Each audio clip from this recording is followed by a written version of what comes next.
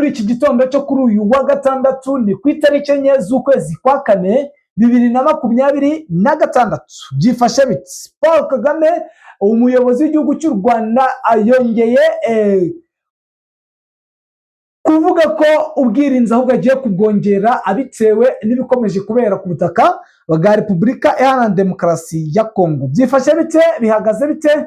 Ngira ngo biragaragara yuko yakomeje atangaza amagambo akomeye ndetse ashimira bikomeye Bwana Sultan Makenga ukomeje gukora udutendo mu bice bigiye bitandukanye muri Sud Kivu. Yanatangaje ko umubare wa FDL atari cyo cy'ingenzi, ahubwo imikoranire ya FDL na Repubulika ya Demokarasi ya Kongo ari cyo kibazo gikomeye. Ni mu gihe kandi mu Minembwe ibintu bikomeje kugenda bigaragara ko hari agahenge gashobora kuboneka nyuma y'uko waruhagarariye ibitero bya drone cyangwa aterateranyaga drone zakoraga amarorerwa muri zone ya Minembwe. Uyu yari umubirigi wivanze cyane mu mfu nyinshi muri ibi bice bya zone ya Minembwe.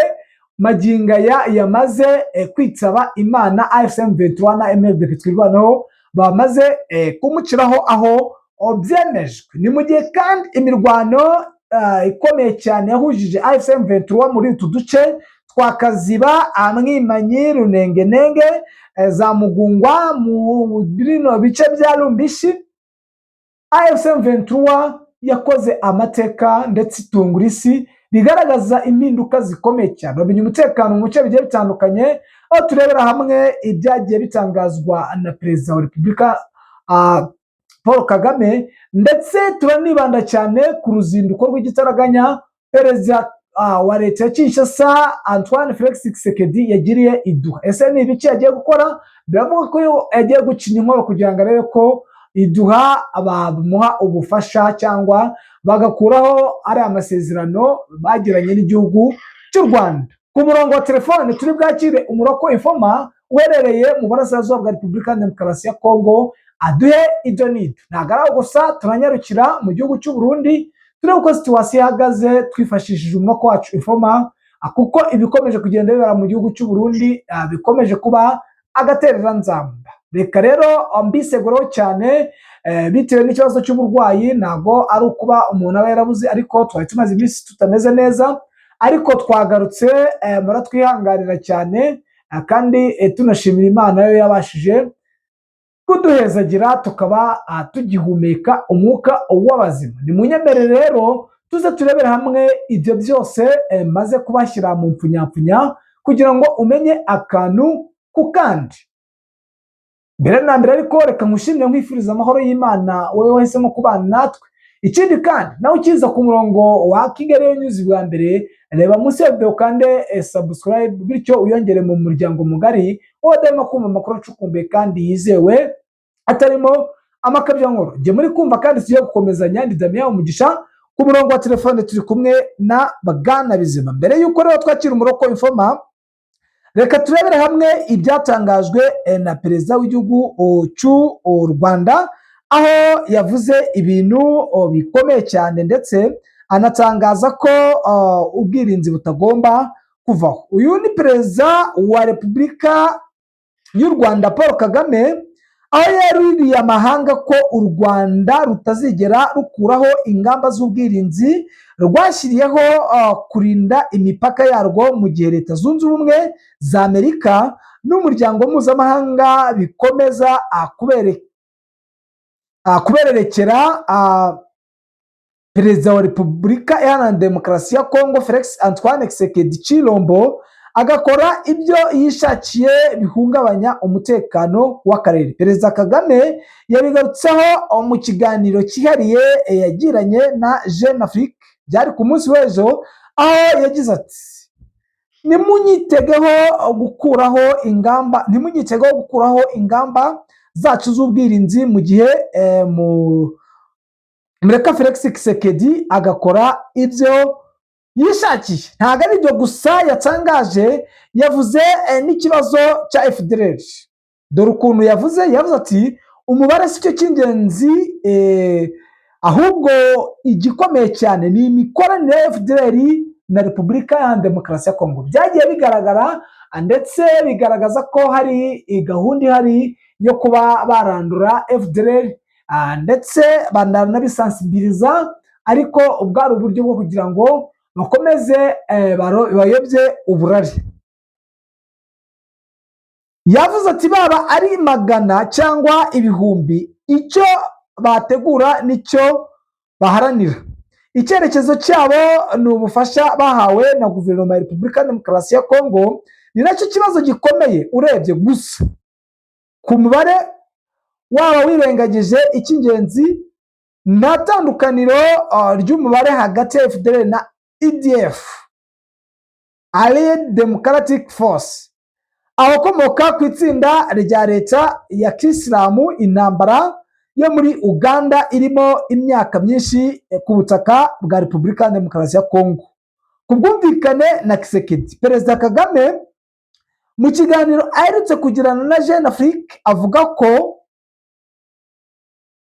imikoranire ya FDLR ndetse na Repubulika ya Demokarasi ya Kongo bayimakaje. Ibi rero bikaba intandaro y'umutekano muke ndetse no gutsemba bikomeye, aho yavuze ko bidashoboka ku rwego rwo hejuru ko yakoraho ubwirinzi nk'uko babimusabye.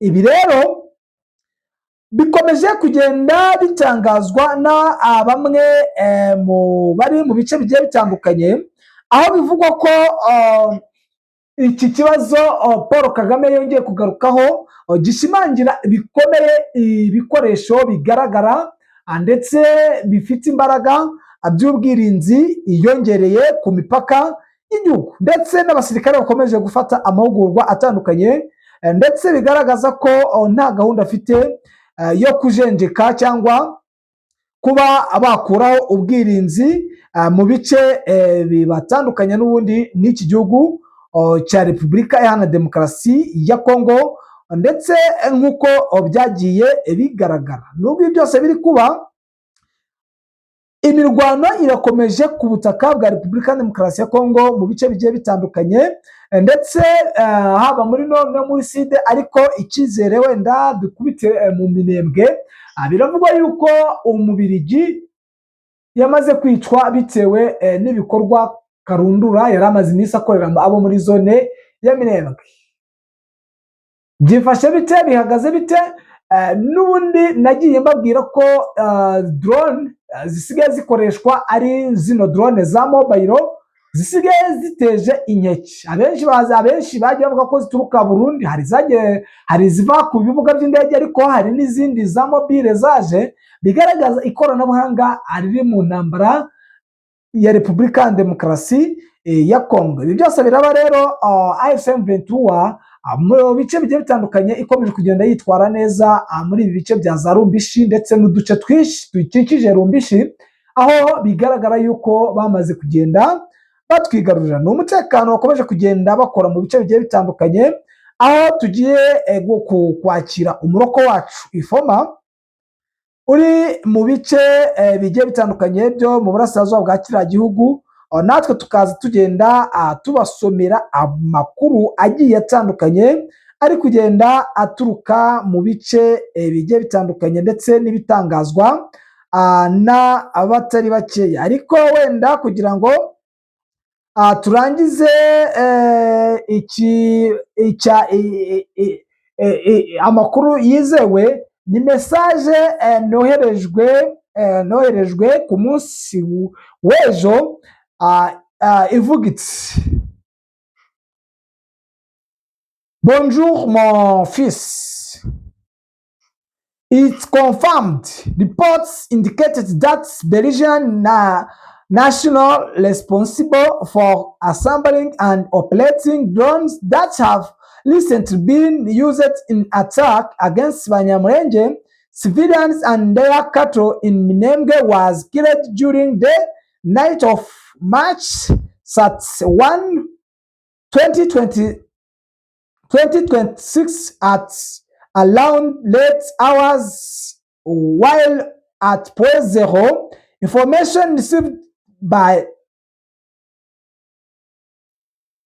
Radio Umulaje states ibi ni ibyagiye bigaragara ndetse binagaragazwa bivuga yuko uyu Mubirigi yiciwe kuri Puwezeho, aho bivugwa ko drone zose zishe abaturage ndetse n'amashyo y'inka byagiye bigaragara mu bice bigiye bitandukanye, ndetse icyizere iminsi ikaba imaze kuba 2 kuva kuri 31 yakwicwa, iminsi imaze kuba 2 ubona ko umutekano ukomeje kugenda uba muzima. Ni mu nkundi rero twakire Umuroko Informa atujyane ku butaka bw'iki gihugu, atwereka uko situation ihagaze ndetse atubwire nuko byifashe mu bice bigiye bitandukanye, natwe turagaruka tugenda tureba uko bigiye bimeze.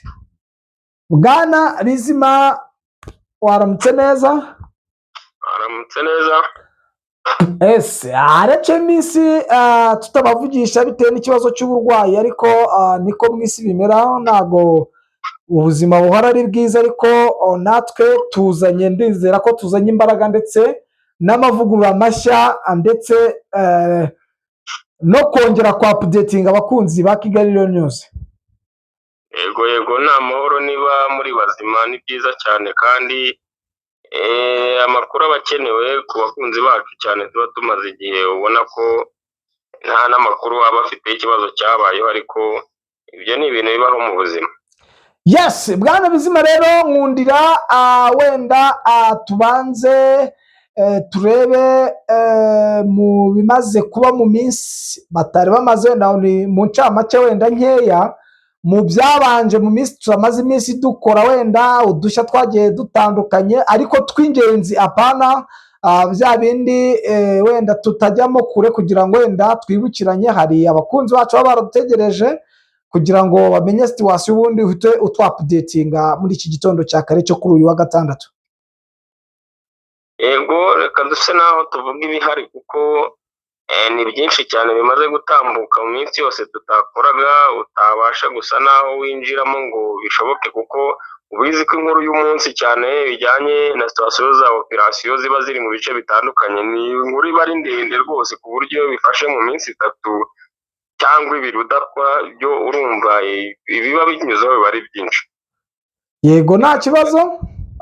Se naho dusatira ku biri kubaho bijyanye na operation ziri kuba muri iyi minsi, ndetse uyu munsi twinjiyemo ndetse n'icamunsi cy'ejo, ni operation ziri gukorwa mu bice bitandukanye muri Nord Kivu ku ruhande rwa M23. ubona ko nyuma yaho muri ibi bice bya za Kazinga operation zari zimaze iminsi, ubwo M23 ubona ko yagiye yigarurira uduce twinshi, ndetse ukabona ko na operation iri gukora mu bice bitandukanye, harimo izi nce za Rumbishi, ubona ko ari nk'urukuta yabaye nk'aho ikora cyane rujyanye n'uburyo yari ifite umugambi wayo wo kurinda Nord Kivu mu buryo mu bice igenzura nta security cyangwa umutekano muke ushobora kugaragaramo, bijyanye n'uburyo station yo muri iyi minsi iteye, kuko ubona ko aba coalition zari hariya muri kiriya gice cya Kazinga zagatuye hano hose ari umushumu umwe, n'ubundi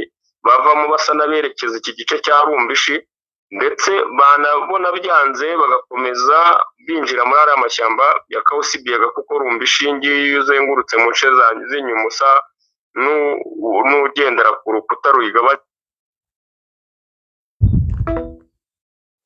Yes, ku murongo wa telefone birasa nkaho bihagaze cyangwa byanze.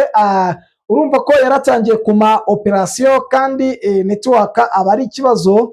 Ni bikomeje kugenda bigaragaza impinduka ndetse n'ikibazo gikomeye cyane, aho n'ubundi nibiza kudukundira turi buze kongera kumwiyambaza tukarebera hamwe uko situation ihagaze. Ariko mu bikomeje kugenda abivugwa ndetse n'ibikomeje kugenda bigaragara, biravugwa yuko operation zikomeye cyane AFC M23 yongeye kwigarurira uduce dutandukanye twa Kaziba, agace bita Mwimanyi, Runengenenge, Mugungwa ndetse n'Irumbishi, ndetse kaba maze kugira ubugenzuzi bwihariye. Biravugwa yuko rero nyuma yuko ubona yuko uno Mubirigi wari warajengereje Minembwe amaze gupfa, biravuga ko zone ya Minembwe maze iminsi drone zitari kwataka iki kirere cya Minembwe. Byifashe bite rero kuri frontline Uvira, naho ni ikibazo gikomeye cyane gikomeje kugenda kigaragara ndetse cyateje akaga gakomeye mu bice bigiye bitandukanye, aho nyuma y'uko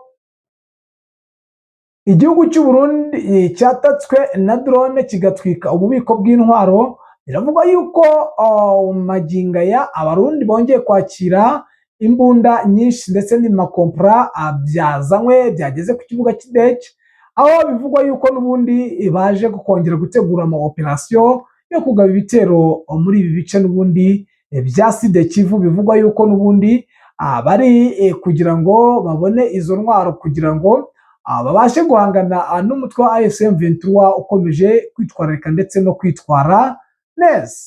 Biravugwa neza yuko imirwano bakomeje kugenda basa nkaho batinyatinyanamo, bitewe n'uko buri mpande zose zamaze kugaragaza ubushobozi n'intwaro bafite, aho AFC M23 isa nkaho yakoze urukuta rukomeye cyane muri bino bice bya Sange, ndetse ubona yuko hari ibice by'ingenzi bakomeje kugenda bashaka kubaka ubwirinzi bukomeye, kandi ni nako binameze. Ntago wabura kubaka urugo. Ubwo iyo mvuze kubaka urugo, ni ikibazo cy'umutekano muke wari utangiye kugeramirwa, aho ubuyobozi bukuru ubwo wenda twavuga headquarter, ubwo headquarter, iyo mvuze headquarter mujye mwumva umujyi wa Goma, aho wari watangiye kujya ubonekamo umutekano muke. Bigaragara yuko uduce tugiye dutandukanye batangiye kugenda badufata, haba mu duce n'ubundi mu duce twa Rucuro, uzi ko hajyaga habonekamo ibibazo bikomeye cyane muri za teritwari ya Nyiragongo. Murabyibuka neza ukuntu byabaga byifashe hano teritwari ya Masisi, ndetse n'izi teritwari zose zigiye zitandukanye tugenda tubabimenyesha uko biba byifashe. Rero ni munyemerere bakunzi ba Kigali News, n'ubundi murumva ko uko situation ihagaze, ariko icyo nabatangariza nuko igihugu cy'u Rwanda cyongeye gutsemba bikomeye cyane kivuga yuko kitagomba gukuraho ubwirinzi bitewe n'uko umutekano ukigeramirwe muri ibi bice. Nubwo bahanye bamwe mu basirikare bakomeye, ariko biravugwa yuko ubwo bwirinzi ahubwo bagomba kubukomeza, ndetse nubwo twagiye tubona ko AFC M23 ishaka guhagarika intambara, ahubwo biragaragara yuko isaha ku isaha AFC M23 yakwavansa urugamba bitewe n'uburyo ki yongereye imbaraga ndetse na point strategique mu mirwanire, aho ubona yuko ibyo abantu bose bibazaga ari byo yatangiye gukora. Ndumva ibintu twaragiye tubikoraho cyane, kujya gufata ibice igenda isimbuka igenda isigamo utuzinga, byari ibice bigiye bibangamiye abaturage basa nk'aho bafitiye ubugenzuzi, aho wasangaga nka defense igizwe nka paratuye ibaze kuguha igice ubuso bungana nk'ibirometero nka 80, ugashyiramo paratuye. Urabizi ko ari abasirikare batarenze 50. Urumva rero kugira ngo bazabashe kunetraliza umutekano w'ibyo bice byari ikibazo gikomeye cyane, kandi abandi baranyanyagiye bari mu bindi bice bigiye bitandukanye. Ikindi kandi ni ugufata ibice mu bice bigiye bitandukanye bakagenda basimbuka, bakagenda basigamo utuzinga, akaba niyo mpamvu operation yagiye igorana cyane, ndetse abantu benshi bakagenda babona umutekano bitewe n'uburyo ki habagamo ibitero nk'uko n'ubu magingo aya bikiboneka. Ariko urabona ko icyizere gihari, kandi bishobora kuzaba byiza cyane bitewe n'uburyo ki bari kugenda bakora amasuku. Iyo mvuga gukora amasuku ni kwa kundi kwati turi kwigizayo, aho umwanzi kumwigizayo bakamushyira kure kugira ngo umuturage atekane, kuko impamvu nyamukuru n'ubundi bari kurwana niyo kurengera ubuzima bw'abaturage ndetse no kwishyura ukizana k'umuturage uvugwa ururimi rw'Ikinyarwanda muri kiriya gihugu cya Repubulika Iharanira Demokarasi ya Kongo. Biravugwa rero ko AFC M23 ugereranije n'urwego imaze kugeraho ndetse n'uburyo ikomeje kugenda yubaka imirwane, ndetse n'uburyo iri kugenda yagura uduce isa nkaho yari yaragiye isiga mu bice yari yaragiye ifata, bishobora kuyishyira ku mutekano usa nkaho urambye bitewe n'uburyo ki batangiye kugenda bakumira ibitero bigiye bitandukanye mu bice bigiye bitandukanye, ndetse umwanzi bakomeje kugenda bamwigizayo bamushyira kure. Ariko biravuga ko operation ikomeye cyane ariyo muri parentheses igikorerwa inyigo kugira ngo barebere hamwe buryo ki bakorutira bakarinda buriya bwirinzi n'ubundi busa nk'aho bukorerwamo deployment cyangwa hava ibikoresho by'umusada mu bice byo muri Sud Kivu, aho ubona yuko bamaze kuhashyira ibikoresho karundura, kandi noneho ubona yuko bamaze kwitegura urugamba rukomeye, kuko isaha n'isaha bategereje ko FARDC yashaka kuzamuka bakayemerera nabi. Ngayo nguko rero nuko situation ihagaze. Updates zo nakagaruka, twongere tuze gusubira mu masaha ari imbere tuba updatinga nk'ubundi nk'uko mumenyereye. Ciao, Imana ikomeze ibane namwe, kandi imboneraho no kwifuriza abemera sabato bose kugira isabato nziza, ariko nanihanganisha bikomeye abarwayi ndetse n'abari muri zone y'intambara, mugubwe neza.